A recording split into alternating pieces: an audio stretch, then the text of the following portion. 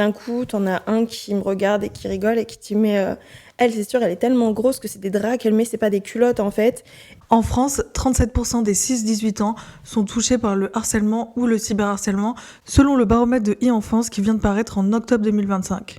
Ce fléau frappe les enfants de plus en plus tôt et c'est pour ça que c'est très important de les sensibiliser, surtout à l'ère du numérique et dans un monde en totale transition. Aujourd'hui, dans Jeune et Brillant, on reçoit Laura qui va témoigner de son harcèlement scolaire. Comment réagir quand on subit du harcèlement et surtout comment redonner confiance à ces jeunes qui en ont subi. On en parle aujourd'hui dans Jeune et Brillant. Si vous êtes victime de harcèlement ou de cyberharcèlement, vous pouvez appeler le 3018 pour que l'on vous vienne en aide. Bonne écoute. Laura, bienvenue sur Jeune et Brillant. Merci beaucoup d'être avec moi pour ce nouvel épisode. Est-ce que tu peux te présenter, nous dire un petit peu qui tu es ? Ok, merci à toi déjà de m'avoir accueillie. Du coup, donc moi c'est Laura, j'ai 26 ans. Je viens de finir une saison d'été et là du coup sur les 3 prochains mois, je m'attelle énormément à tout ce qui est un peu essayer d'aller sur ma passion, donc de travailler sur des projets autour de la musique, autour de la culture. Je me laisse un peu le temps pour justement m'investir complètement là-dedans. Et après, faire une recherche de boulot à partir de janvier, donc voilà. Ok, quoi comme recherche de boulot ? J'aimerais beaucoup dans l'industrie musicale, etc. J'aimerais beaucoup en tant qu'attachée de production. En fait, j'aimerais commencer à ce stade-là pour justement en fait apprendre les bases du monde de la musique. Parce que là, je suis en train de créer un dossier pour une école de musique pour l'année prochaine dans l'organisation du monde de la musique en règle générale. Donc, j'ai envie de me créer mon expérience un petit peu avant, ouais. Trop bien. T'as fait des études dans ce domaine-là ou pas du tout ? Pas du tout encore. En fait, j'étais plus dirigée vers tout ce qui était accueil, réception, tout ça. Enfin, un peu les parcours classiques en règle générale parce que c'est beaucoup là où on m'a dit d'aller, ce qui était le mieux. Et au final, j'ai essayé maintes et maintes formations et c'est jamais passé. La culture était toujours un peu dans ma tête, dans mon idée, mais j'avais toujours ce petit truc un peu inaccessible, tout ça. Et là, cette année, j'ai tout lâché. Je me suis dit, vas-y, je le tente quand même. Donc, c'est trop bien, t'as raison, faut croire en ses rêves. Non, c'est vrai, c'est important. Comme je le disais en intro, on va parler aujourd'hui de harcèlement scolaire. Toi, c'est quoi un petit peu ton parcours scolaire ? Comment ça s'est passé ? Est-ce que tu peux nous dire où est-ce que t'as grandi ? Bien sûr. Alors, moi, mon parcours, donc, j'ai fait un collège classique. Du coup, c'était en Normandie. C'était dans un petit village dans l'Orne. Mon parcours, en fait, ce qui s'est passé, c'est que, du coup, arrivé en 6e, il y a donc forcément, t'arrives dans la cour des grands, t'es trop content, il y a ce nouveau truc et tout. Et j'ai un peu déchanté. Ça fait peur un peu. Ouais. Non, en 6e quand même. Moi, je me rappelle, Carrément. c'était flippant quand même. C'est ça. Et t'as ce truc où tu sais, justement, c'est flippant, c'est tout nouveau. Et t'es là, tu veux un petit peu faire ta place, tu veux pas être de trop ou pas assez. Et en fait, moi, ça a été tout le contraire parce que dès les premières semaines, en fait, on suivi des remarques sur mon physique. Okay. Donc, des remarques assez violentes. Ça a commencé par mon poids, où j'ai eu un groupe de garçons qui m'ont arrêtée dans les escaliers.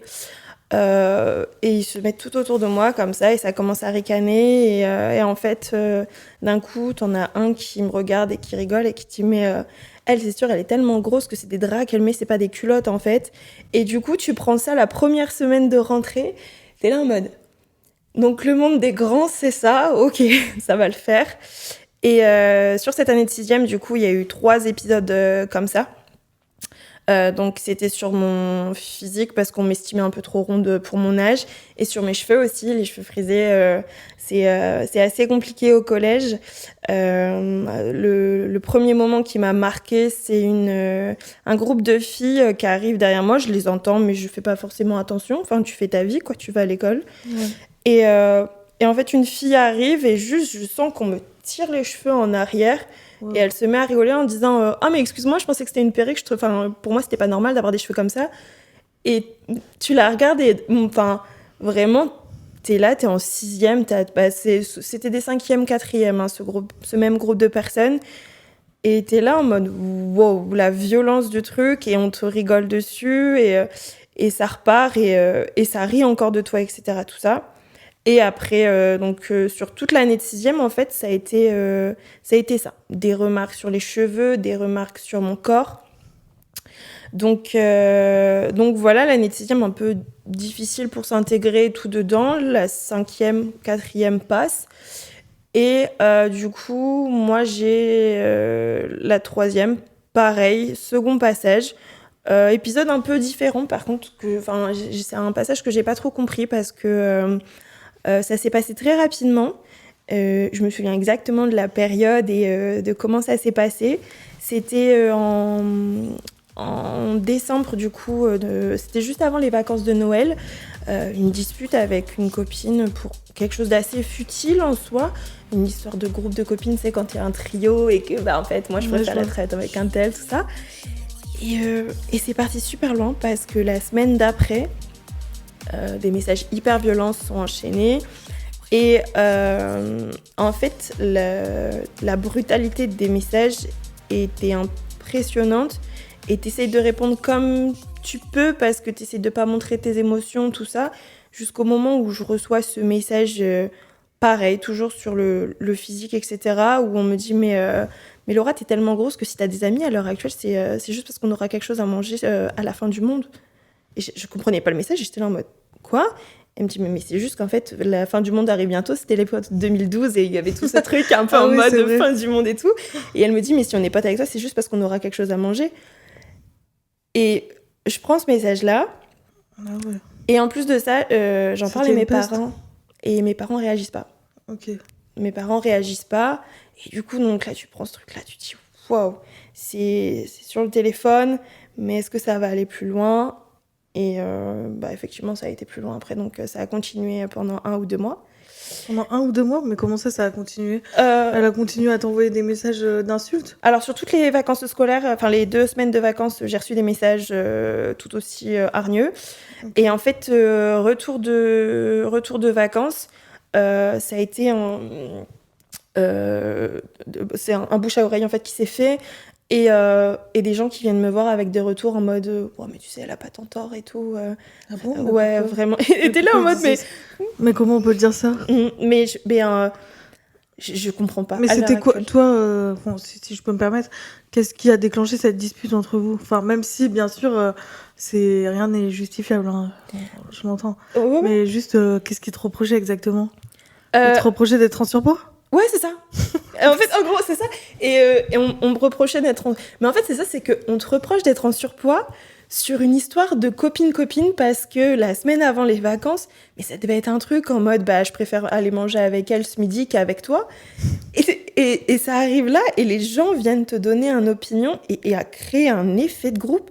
Mais je me rappelle même pendant mes cours, cette fille n'était même pas dans ma classe, mais c'était pote de pote et du coup qui viennent me voir pendant les cours en mode ouais, j'ai lu tous les messages, mais tu sais, en vrai, elle a pas si tort et tout.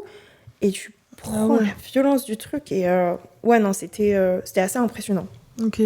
Et pour en revenir un petit peu à la 6e, parce qu'on est allé vite, toi, à cette époque-là, t'arrivais toute seule en 6e ou t'avais quand même des connaissances, des amis ? Comment ça s'est passé ? Est-ce que t'as réussi à sociabiliser même avec tout ça ou pas ? Alors moi, je me suis basée sur... parce qu'on était beaucoup de mon école primaire à aller dans ce même collège. Okay. Donc, en fait, je me suis basée un petit peu sur ces amis-là. Et après, petit à petit, dans la classe, ça s'est fait au fur et à mesure. Tu sais, déjà, tu as l'appréhension, tu croises les doigts pour être avec ta copine de l'école primaire, etc., dans la même classe. Et après, tu rencontres les gens petit à petit, tu sociabilises et tout. Mais en fait, sur les 6e, ça n'a pas été compliqué de créer du lien. Par contre, ce qui a été plus compliqué, c'est de s'affirmer, d'avoir une opinion et d'être réellement soi-même. T'apprends à connaître les gens, mais avec beaucoup de recul, avec je veux pas faire de haut, je veux pas faire de bas. Ouais. Et, mais sinon, c'est la 6e, j'arrive à communiquer avec tout le monde, mais par contre, les grands, ils m'effraient. Avec ce qui s'est passé, ils m'effraient. Juste, je peux pas. Ouais. Donc ton entourage à l'école en 6e, comment ils réagissent face à ce harcèlement ? Ils réagissent pas ou quand même ils essayent de te défendre Quand tu parles d'entourage, du coup, c'est les amis, etc. Ouais, tes potes de classe, quoi. Tout le monde fermait les yeux. Tout le monde fermait les yeux parce qu'en fait, y a un truc où j'avais 2-3 copines qui voyaient ce qui se passe, mais en même temps, moi, je voulais vraiment faire ce truc de... Je veux pas faire de haut, je veux pas faire de bas, je me victimise pas et genre, je vais tout prendre toute seule. Je veux pas que ce soit un sujet, quoi. Ouais, c'est ça, exactement. Okay. Je veux vraiment m'effacer au maximum à ce moment-là. Et toi, est-ce que tu te souviens comment tu te sentais à cette époque ? Qu'est-ce que tu ressentais ? Ouais, un peu, parce que dans le sens où quand tu arrives en 6e, tu veux pas faire de haut ni de bas. C'est vraiment de juste adapter un petit peu et tout. Et en fait, toutes ces remarques-là, je sais que je les ai prises personnellement, je sais que j'ai fait le choix de pas en parler à ma famille parce que je pensais que c'était que de passage et que c'était quelque chose de normal finalement. En fait, c'est rentré dans une normalité. Et par contre, ce qui s'est passé, c'est que par exemple, par rapport à mon poids, j'ai cherché à ne plus manger le midi, j'esquivais des repas, t'essayes de te faire vomir. Enfin, vraiment, il y a des choses où, du coup, t'essayes de pallier au mieux pour qu'on ne fasse plus de remarques. Mmh. Et par rapport par exemple à mes cheveux, on a testé les défrisages avec ma maman, les lissages, etc. Parce que, en fait, t'as pas envie, du coup, de recevoir encore et encore des remarques. Et d'autant plus que quand t'avais les cheveux lisses, les gens te le faisaient remarquer en mode « Ah, ça te va super bien et tout ». Donc, ça te conforte dans ce truc, il faut que tu sois quelqu'un d'autre pour être quelqu'un de bien. Okay. Donc, c'était un peu difficile, ouais. Comme quand on perd du poids et qu'on nous dit « Ah, ça te va bien ». Non, ouais, c'est ça, vraiment. Et ça t'a pas déclenché des troubles du comportement alimentaire ? Pendant toute mon année de collège, toutes mes années de collège, ça a été un peu compliqué effectivement parce que tu essayes toutes les techniques que tu trouves, que tu entends sur internet, etc. Des troubles en eux-mêmes, non, mais je sais que c'est vraiment au niveau de mon comportement, moi, j'allais vraiment à l'extrême en fait sur comme je te disais, j'ai arrêté de manger, j'essayais de me faire vomir, etc. pour me dire ça va me sauver en fait de quelque chose. Et après ça m'a pas impacté par contre après. Et à quel moment toi tu t'es rendu compte que tout ça c'était du harcèlement en fait que t'as vécu? Moi de moi-même je m'en suis pas rendu compte, c'est en seconde en fait. Mes parents se sont rendus compte que j'avais des soucis de communication dans les relations, etc. tout ça, et il y a eu un événement déclencheur du coup dans ma famille. Il y a eu un souci, bref, quelconque. Et on a commencé du coup à en parler donc avec l'infirmière du lycée qui m'a conseillé la maison des adolescents. Ok. Donc du coup, je suis allée les voir. Et par rapport au premier échange, en fait, on a beaucoup parlé, etc., de ce souci-là. Et en fait, elle m'a expliqué que ce qui s'était passé, c'était peut-être pas quelque chose de normal, mais juste du harcèlement. Et que, en fait, effectivement, c'était normal que, à l'heure actuelle, j'avais des soucis de communication, que en fait, la brutalité des mots que j'ai reçus, des messages que j'ai reçus, en fait, se transforme dans mes relations à l'heure actuelle, où si quelque chose ne me convient pas, ou si quelque chose, ça passe pas, je vais pas vouloir aller à l'affront, parce que justement, je vais avoir peur de cette brutalité-là. Ok. Wow, c'est intense. Est-ce que, pour reparler de ce harcèlement que tu as vécu, c'était toujours les mêmes personnes ou ça a changé ? Ça a toujours été les mêmes personnes. Okay. Sur la 6e, ça a toujours été le même groupe. Quand je dis groupe d'amis, c'est un groupe d'amis entre eux, c'est-à-dire autant que les garçons que les filles. C'était le même groupe, mais tu sais, un peu le groupe des populaires, des machins, tout ça. Donc c'était ce même groupe. 3e, ça a été exactement le même groupe d'amis aussi. Enfin, c'était un groupe d'amis aussi, en fait. Ils se mettaient tous ensemble pour mettre une pression.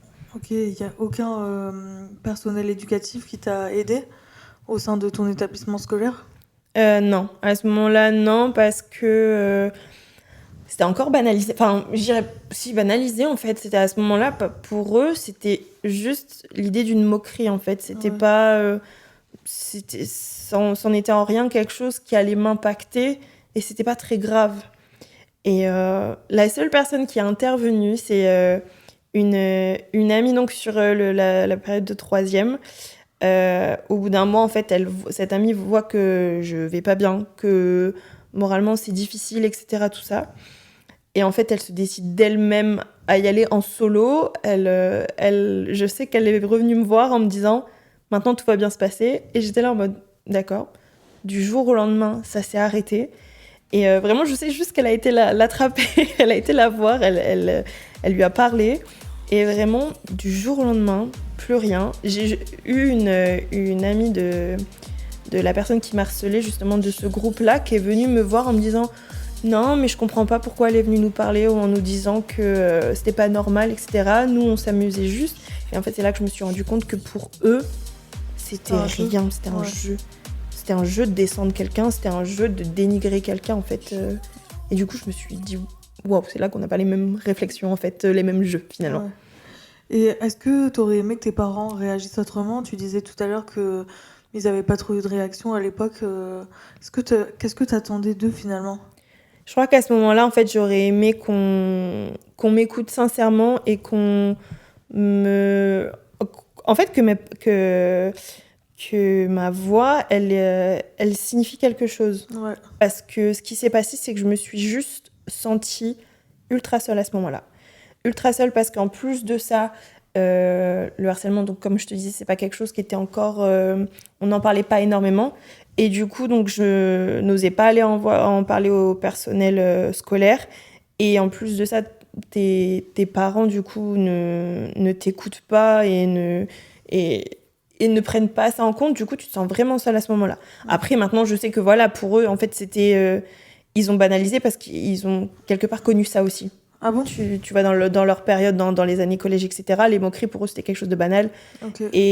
Et du coup, en fait, je me suis rendu compte de ça après que pour eux, en fait, tout ce qu'on disait, fallait savoir le prendre au second degré, il fallait pas le prendre pour soi. Sauf que, enfin, il y a des limites, je pense, aussi. Bien sûr. Et t'as pas des frères et sœurs ? Et j'ai 2 petites sœurs. Ah, ok. Ouais, donc elles étaient plus jeunes que toi, donc tu pouvais pas vraiment... Enfin, c'était compliqué de te faire aider par elles, quoi, j'imagine. Bien sûr. Du coup, elles étaient toutes les deux en élémentaire, donc forcément, tu te vois pas leur partager ça aussi, parce qu'en plus, t'as le rôle de grande sœur. Donc par contre, je sais que j'ai été très, très à cheval derrière elles, à leur poser des questions.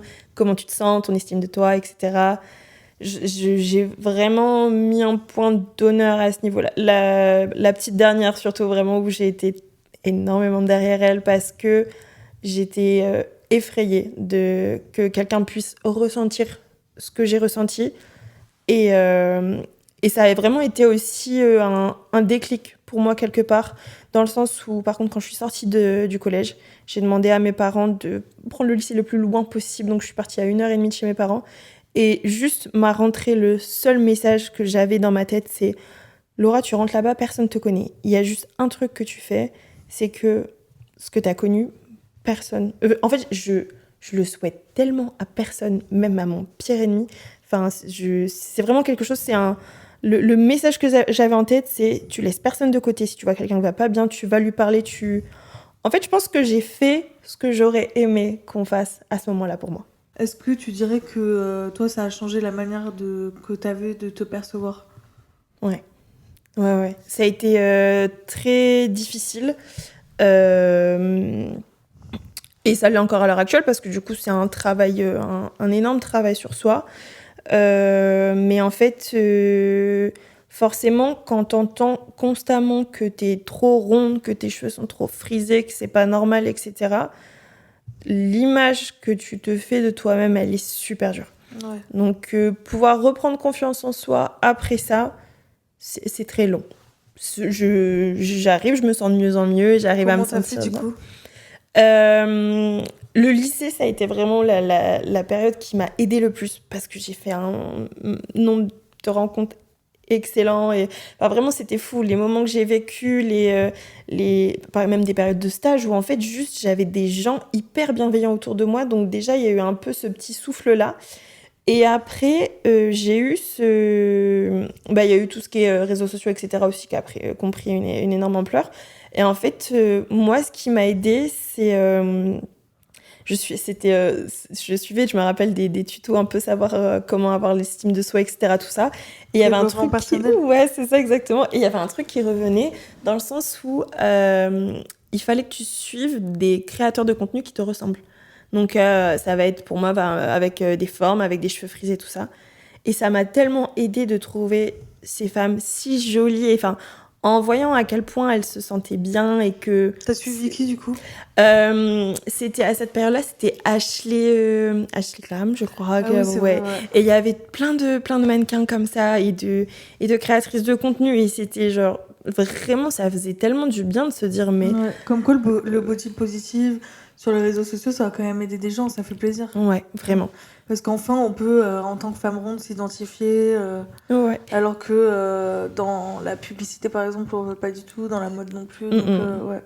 C'est ça. Ça fait du Et bien. justement, moi, je sais que j'ai eu une période de rechute un petit peu. Et tu vois, récemment, c'est un truc que j'ai refait à nouveau. Retrouver ces créatrices mid-size et tout, machin. Mm. J'étais là en mode, mais vas-y, elles sont magnifiques juste parce que, justement, en fait, t'es consciente de ton corps et que, ben, juste, ça te plaît, en fait, d'être ronde, ça te plaît de faire ce que tu veux et de te sentir à l'aise. T'es bien, quoi. Voilà. Ouais, c'est ça, juste, t'es bien. T'as les cheveux comme ça, mais écoute, c'est très bien, ça te va très bien.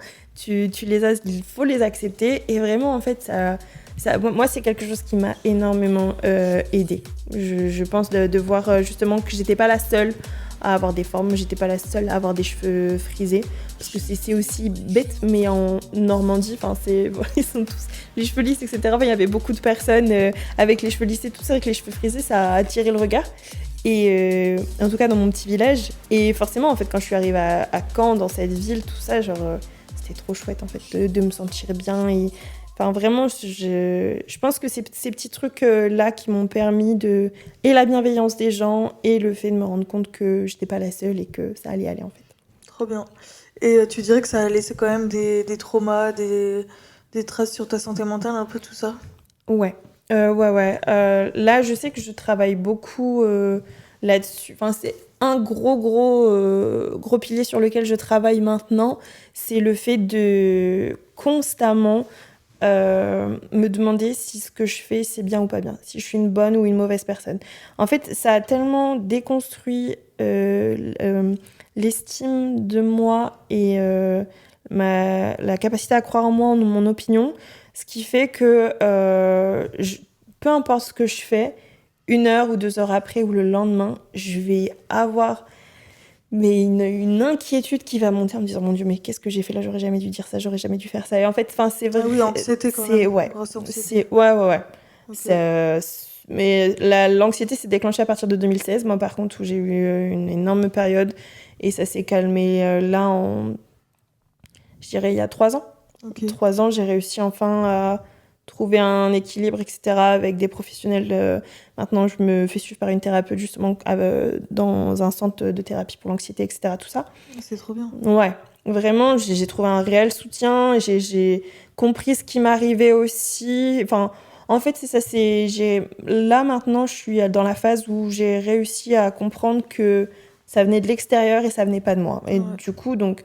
Tu déconstruis tout, c'est dur parce que tu repars de zéro, mais par contre tu reconstruis de très belles choses avec les professionnels qui sont là, donc c'est très cool. T'as fait quoi comme thérapie, si c'est pas indiscret? T'as fait de la TTC, des trucs comme ça ou pas du tout? Moi sur mes thérapies du coup là, j'ai donc la thérapie anxiété, ça fait 2 ans que je la suis, je crois. Je dis pas de bêtises. Et avant ça, en fait, moi, je suis suivie sur tout ce qui est CMP, tout ça. Ouais, je vois. Et du coup, donc, j'avais un suivi et psychiatre et infirmière. Donc, infirmière qui était sur à peu près 1 à 2 semaines, le temps qu'en fait, les thérapeutes, il y a une thérapeute qui se libère. Et du coup, voilà, moi, c'était des longs échanges par exemple sur ce qui se passait les 2 semaines avant pour déconstruire en fait le vrai du faux aussi justement parce qu'on se rendait compte que mon cerveau instinctivement se crée des problèmes en fait, se crée des inquiétudes, etc. Okay. Et donc du coup voilà, ça va faire depuis à peu près 2020 que je suis suivie CMP et thérapie du coup avec le CTA, ça fait 2 ans. CMP, du coup, pour ceux qui connaissent pas, c'est Centre médico-psychologique. Et c'est accès gratuitement à tous? Oui, c'est accessible à tous, gratuitement.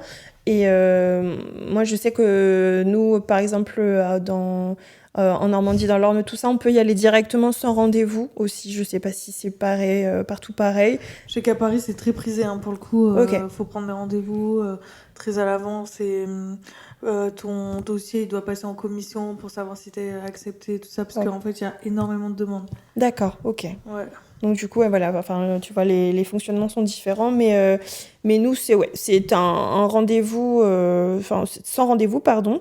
Tu vas là-bas et tu as aussi des personnes qui sont en permanence. Par exemple, moi, je sais que j'ai eu des périodes de crise et en fait, ça m'a beaucoup aidé de savoir. Tu peux appeler la nuit et tout. Ouais. Et tu peux appeler quand tu veux et tu peux aussi y aller quand tu veux. Nous, je sais qu'il y a des permanences justement où il y a des gens qui sont juste là des infirmiers qui sont juste là pour parler. Ok. Et moi, ça m'a sauvé plusieurs fois quand même. Ok, bon, c'est bien de le savoir parce que c'est vrai qu'il y a beaucoup de jeunes qui sont pas forcément informés de tout ça. Donc c'est important. Et toi, qu'est-ce que tu aimerais que les adultes y comprennent finalement sur le harcèlement ? Ce que j'aimerais qu'ils comprennent, c'est que, en fait, une moquerie, c'est pas juste une moquerie. Faut comprendre aussi que quand ça touche le physique, ça touche, ça va toucher la personnalité de la personne, ça va atteindre la personne. Il faut faire super attention. Je sais que j'ai eu une discussion avec une de mes cousines justement qui a 2 garçons. Et on a eu cette discussion autour de l'harcèlement, etc. parce qu'elle pensait que ces garçons se faisaient harceler.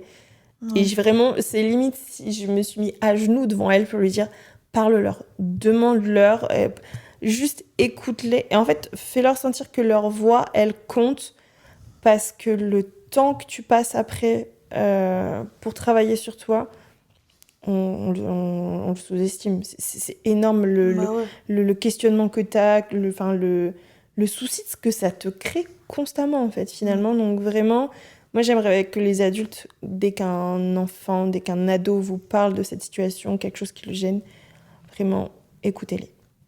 Parce qu'en plus, ouais, tu peux facilement tomber dans l'isolement, ne plus vouloir parler aux autres, t'ouvrir aux autres. Donc, toi, t'as quand même, si je comprends bien, au lycée, t'as réussi à faire une nouvelle rencontre et tout. C'est génial, mais c'est vrai que c'est pas le cas de tout le monde, quoi. C'est pas le cas de tout le monde et je comprends complètement aussi parce que c'est vrai qu'en fait, mais je pense que t'as pas envie de revivre ça à nouveau aussi. T'as pas envie t'as trop peur. Tu vas avoir peur justement par rapport aux autres de reprendre ces réflexions-là. Enfin, je pense qu'il y a un certain instinct de survie aussi au bout d'un moment et tu te dis non, c'est pas possible. Enfin, je peux pas revivre ça à nouveau. Et moi, c'est pour ça que j'ai aussi, je crois, décidé de le prendre d'une autre manière. Je me suis dit, je le revivrai pas à nouveau, mais vas-y, moi, je vais juste vivre avec le sourire et le truc de juste moi, ce que j'ai vécu. Je veux pas que. Alors après, je suis pas là pour sauver. Je suis consciente que je peux pas sauver tout le monde. Je suis consciente aussi. Et c'est important d'avoir ton témoignage aujourd'hui pour pouvoir un peu libérer la parole sur ce sujet parce que je pense qu'il y a beaucoup de jeunes qui se sentent très isolés. Donc c'est important d'en parler. Moi, je suis tout à fait d'accord avec toi et aussi, comment expliquer ça ? Les jeunes qui se sentent isolés aussi, je suis très contente de pouvoir en parler avec toi parce que c'est aussi insister sur le fait que y a des professionnels maintenant qui sont là pour ça. Je sais que je me suis un peu renseignée aussi au fil des années. Maintenant, il y a des processus, etc., qui sont mis en place dans les collèges, dans les écoles aussi, les élémentaires, il me semble. Donc, je trouve ça hyper important, justement, d'appuyer sur ça aussi, le fait de libérer sa voix, d'en parler, parce que ça peut vraiment, vraiment vous sauver pour les années qui suivent, en tout cas. Bah ouais, c'est clair. Et justement, dans les établissements scolaires, toi, est-ce que tu as une idée de ce qu'ils pourraient mettre en place pour lutter contre le harcèlement ? Moi, je pense que tout ce qui est atelier de sensibilisation, c'est bien, c'est vraiment chouette. Mais il y a aussi à mettre en place, je pense, par exemple, des activités type aussi. Enfin, c'est pas pas avoir des mises en situation ou enfin des trucs un peu hard, mais vraiment juste faire comprendre ce qui se passe par le biais d'activités, tout ça. Et je pense que ça peut se faire dès l'école élémentaire, ça peut être hyper intéressant. Nous, je sais qu'on procédait, par exemple, pendant mon diplôme en animation culturelle, on procédait à des petites activités, des petits jeux pour leur faire comprendre un peu la bienveillance et l'empathie, pardon. Oh, trop bien. Tu vois, pour justement essayer de développer ce truc en mode de... Ça me sert à rien d'être méchant pour communiquer, en fait, avec l'autre. Si je veux que ce soit mon copain, j'ai pas besoin d'être méchant avec lui, en fait, finalement. Tu vois, un petit peu ce truc-là. Donc, je pense qu'il y a ces choses-là qui sont à faire, qui sont hyper intéressantes. Et continuer, bien sûr, les ateliers, les présentations avec la sensibilisation, etc. C'est hyper, hyper important. Et est-ce que tu trouves qu'on en parle assez, même du cyberharcèlement et tout ça est-ce que tu trouves qu'on en parle assez ou que ça reste encore un peu niche? J'ai l'impression que c'est encore un peu discret. Je sais qu'il y a eu une prise de conscience quand même sur une période, mais j'ai l'impression que c'est encore un peu discret et que les jeunes ne sont pas forcément informés parce qu'il y a eu une situation il n'y a pas longtemps avec une petite fille, etc. Enfin, je trouve que c'est super dur à cet âge-là d'avoir passé ce cap-là. Enfin, je pense vraiment que du coup, il y a encore du travail à faire et des voix à mettre en avant et vraiment juste pouvoir accompagner tout le monde. Et comme tu les as cités aussi tout à l'heure, les lignes téléphoniques, elles sont là. Maintenant, il y a des professionnels, il y a des gens qui sont formés. Mais je trouve vraiment que ce serait important de pouvoir avoir encore plus accès à cette information-là. Ouais. Et toi, tu dirais quoi à un jeune qui se fait harceler et qui ne sait pas vraiment quoi faire? Qu'est-ce que tu pourrais lui donner comme conseil? Le conseil que je pourrais lui donner, c'est vraiment... Moi je sais que c'est la parole qui m'a beaucoup libérée, parce que c'est là que tu te rends compte que tu n'es pas tout seul. Et que tu vas avoir en face de toi, finalement, par exemple, si tu appelles un professionnel ou si tu en parles avec quelqu'un de l'école, quelqu'un du collège, tu vas te rendre compte que tu n'es pas tout seul, qu'il y a des choses qui peuvent se mettre en place justement pour t'aider. Et vraiment, moi, le plus important, c'est... moi, vraiment, je t'en supplie, parle, parce que ça t'évitera des séquelles après. Ça t'évitera aussi dans l'interprétation de tes relations, etc., des problèmes. Et vraiment, le plus important, c'est d'en parler, de discuter et de pouvoir comprendre que, surtout, c'est pas toi le problème. C'est pas de ta faute. Vraiment, juste comprendre que ce qui t'arrive, ce n'est pas toi, c'est pas de ta faute. Et je sais que c'est dur, je l'entends complètement et je le comprends. Et le fait de parler aussi peut être très dur, mais je pense sincèrement que ça peut sauver énormément. Ok. Et toi, tu dirais quoi à la jeune Laura de 6e, justement? À la jeune Laura... Ou de 3e.